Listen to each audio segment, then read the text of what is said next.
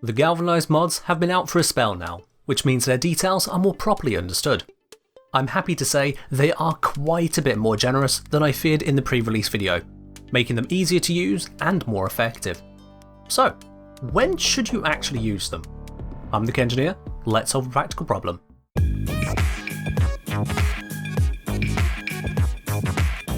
First things first, let's recap these mods. There are effectively 4 types of Galvanized mods: Multishot, Critical Chance, Range, and Status Overload. The Multishot mods give increasing multishot with kills. The Range mod for shotguns gives increasing range with kills. The Critical Chance mods give a critical chance bonus after landing a headshot, and more bonus with headshot kills. While the Status Overload mods give a fixed status chance bonus and increasing damage per status with kills. The big difference from the pre-release video is how these mods stack. For the Multishot, Range, and Status Overload mods, they all work identically regarding stacks. To gain a stack, you simply need to get a kill with the weapon, either with direct damage or with lethal status effects caused by the weapon.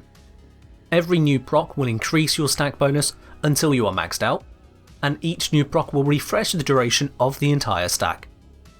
If the duration runs out, you lose just one stack, such as going from 5 times to 4 times, and then the duration resets. This means you only need one kill to get back to full power if the duration runs out just once, giving you a large downtime window without losing all of your gained buffs.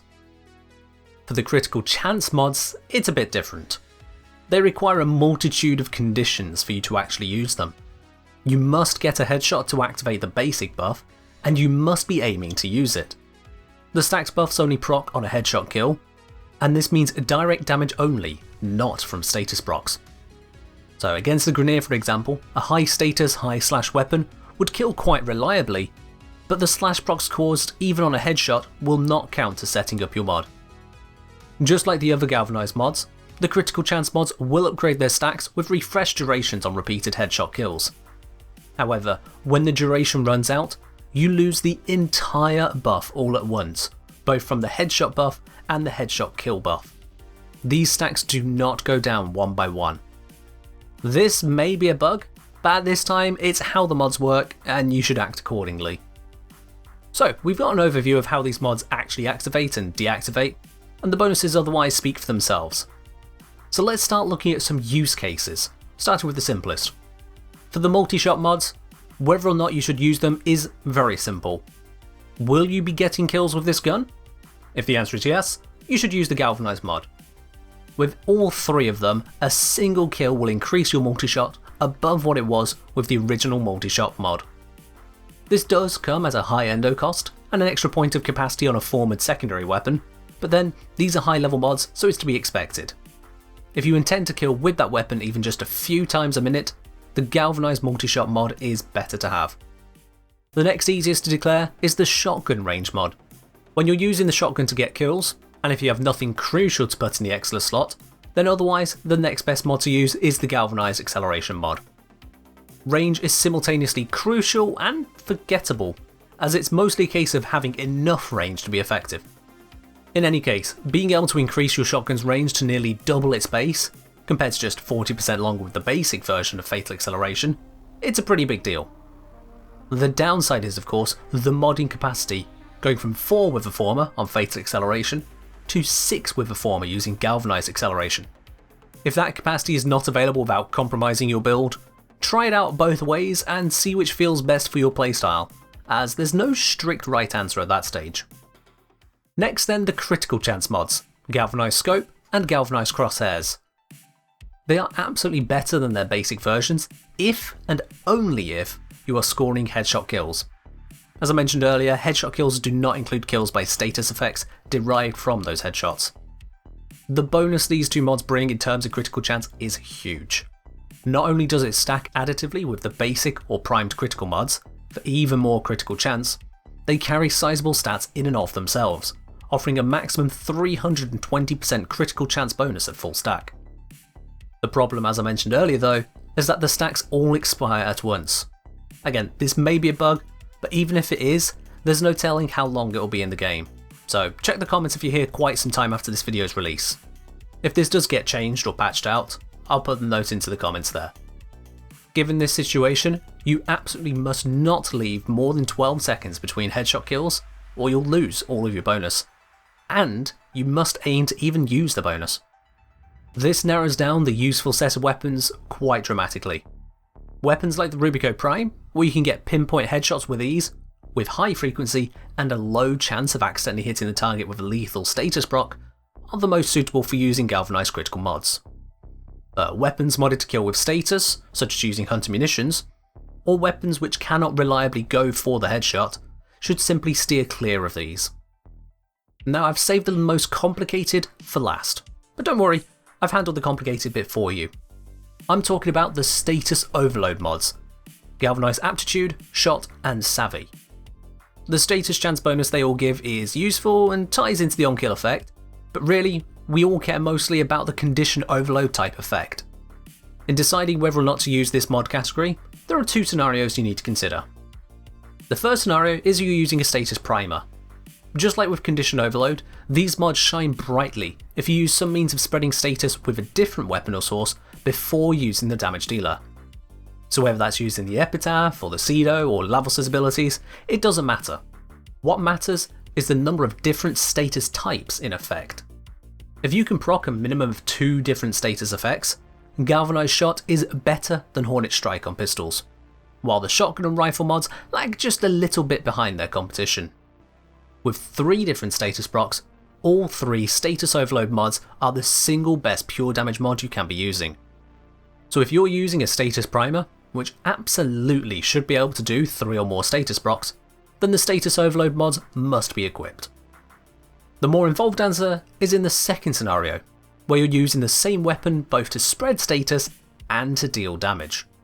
All your status procs on your targets are coming from the weapon you're firing, ramping up your damage as you go along.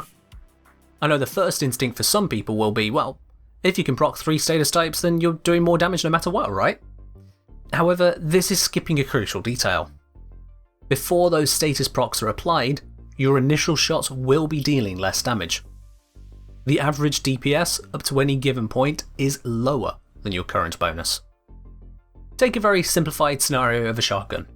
Which one doesn't matter. This demonstration shotgun deals 3 different status effects on hit every time guaranteed. On the first shot, we deal 100% of the base damage, because there are no status procs for Galvanized Savvy to work on. And then on the second shot, we deal 340% damage, owing to the 240% bonus. Over the 2 shots, the average damage per shot was 220%.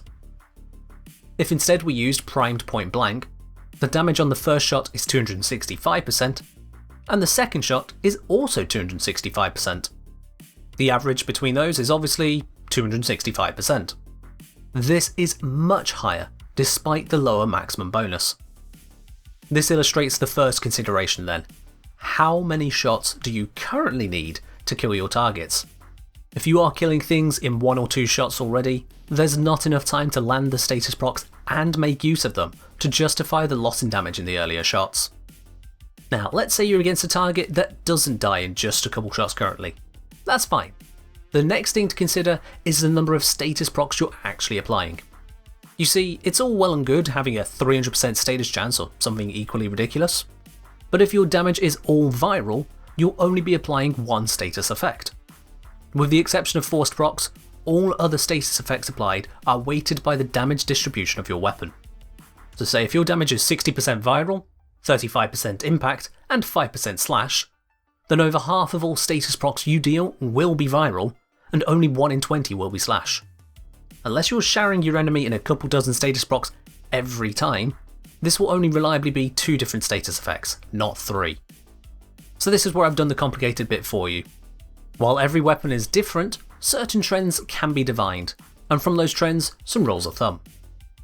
Take for example the Tenet dip loss. This chart is derived from a modding setup being used by one of the members of the Kenjanet Discord, Quintus Maximus. This weapon can deliver impact, puncture, slash, heat and viral procs with the distribution I'm showing you here. Because of the very high weighting to viral, we can see that even after 12 different status procs are applied, there's a less than 1 in 4 chance of all 5 status types being represented, and a roughly 5% chance that there are only 1 or 2 status effects applied. The good news is that with just 2 status effects, Galvanized Shot will be giving a higher damage bonus than with Hornet Strike. By the time the Tenet Diplos applies 2 status procs, there's a greater than 50% chance that Hornet Strike is inferior. However, remember that first shot effect. While the average number of unique status effects in play after 3 procs is just over 2, the average damage bonus from getting to this point is only 138%, a far cry from Hornet Strike's 220%. It's not until having applied 7 status effects that the Tenet Diplos would, on average, have accrued enough bonus damage from Galvanized Shot to be better off than Hornet Strike. The expected damage bonus at this point is 369%, but the average of all the shots up to now is only 233%. For weapons with more balanced damage distribution, like with this Kuva Nuka, it's slightly more generous. The weapon would still need 6 status procs to be applied on average to beat Hornet Strike. For rifles and shotguns, it's slightly harsher still, as the status overload mods need a little bit more status to be competitive.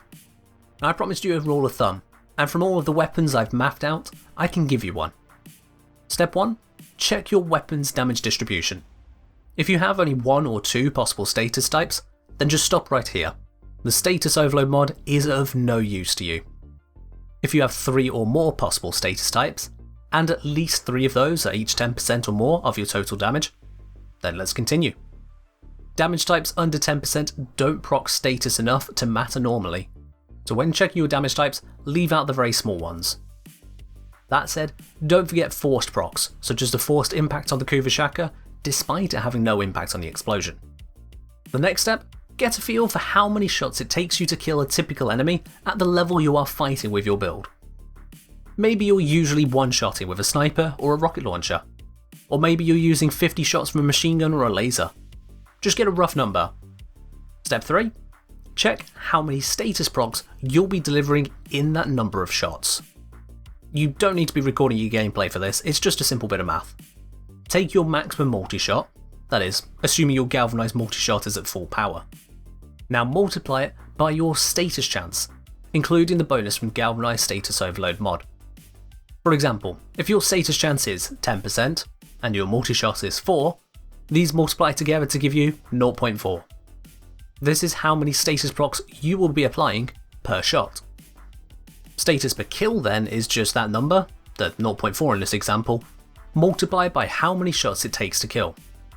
For a one-shot sniper, 1 times 0.4 is, well, 0.4. For the 50-shot machine gun, with the same stats otherwise, that would be 50 times 0.4, which equals about 20 status procs per kill. You got that value now for your weapon? Cool. Now for the final step. If your weapon is a primary weapon, and your status procs per kill that you just figured out is over 8, then the status overload mod is worth having in your build instead of Serration or primed point blank. The more over 8 your value is, the better off you will be. If instead your weapon is a pistol, then your status procs per kill needs to be over 6 for Galvanized Shot to be better than Hornet Strike. And that's it, that's the rule of thumb. 8 or more procs per kill for primaries, 6 or more for pistols, and the status overload is a better choice typically. Well, that's assuming you're getting regular kills, have 3 or more status types you can consistently deliver, and that you're not fighting something immune to status effects of course. There is a bit of nuance outside of this rule of thumb if you want some specificity. Secondaries can get away with 2 major status types and a 3rd low percentage damage type, so long as they're dealing more than about 9 status procs per kill. On the flip side, weapons with 4 or even 5 very well balanced status types can get away with 1 or 2 fewer status procs per kill. The same is true for weapons with forced status procs, especially those which can proc a status that the weapon wouldn't normally apply. That said, if you are close to the limit here, you'll probably see very little overall gain, and even end up worse off in missions where you just don't kill often enough. Now wait, before you go running off to test your builds, I have to warn you of a bug. At least, I hope this is a bug. Currently, the status overload mods do not apply to most, if not all, projectiles. This affects weapons where the damage doesn't instantly hit, but travels to the target, like the Foreman semi-auto shot or the Tenet Diplos, those kinds of weapons. They simply do not receive the damage bonus from the Galvanized status overload mods. Hit scan weapons, however, like the Tenora, the Kuvanuka, or the Fulmin set to automatic, those do benefit from the status overload mods. Given how wide sweeping this issue is, I'm confident in saying it's a bug and not an intended feature. Again, I'll update the pinned comment if and when this changes, but for now, this adds one final consideration to choosing status overload mods for pure damage mods. If it's a projectile weapon, don't. Now there's probably one final question of modding lurking out there. Is it worth it to have both the pure damage mod and the status overload mods together? For example, using Acceleration and Galvanized Aptitude? The answer is kinda. If your build would previously use a second damage mod, such as Magnum Force or Heavy Caliber, then swap those for a status overload mod if and only if your weapon passes the rule of thumb I outlined earlier. For the pistol mod Auger Pact, you can safely replace that with Galvanized Shot, as a single status will give you more bonus than that mod can offer. For Vicious Spread, if you didn't actually want the increased spread, then this is a good one to swap out. However, when it comes to Blaze, you're probably better off keeping that mod in for the added heat damage. And should you find yourself using a fully ranked up Steel Path Arcane, then it's a case of how reliably you think you'll have your Arcane active. If you'll have it active almost constantly, then you can safely drop the weaker of the two mods, either the pure damage mod like Serration, or the status overload mod like Galvanized Aptitude, again based on the rule of thumb from earlier. There's no point stacking 3 sources of pure damage when you can instead be modding for crits, fire rate, elemental damage, that kind of thing. Again, pick what fits your playstyle and your mission. Alright, there we have it. That got a little mathier than I expected going into this. It turns out that the status overload mods are just a little more complicated than the others. In any case, I do hope you found this video helpful, and if you have, make sure to hit those like and subscribe buttons to catch more from me. If you have any questions on the matter, you can reach out to me on Twitch or on Discord. But for now, that's all from me. So as always, swap mods, gain stacks, and fight well, Tenno.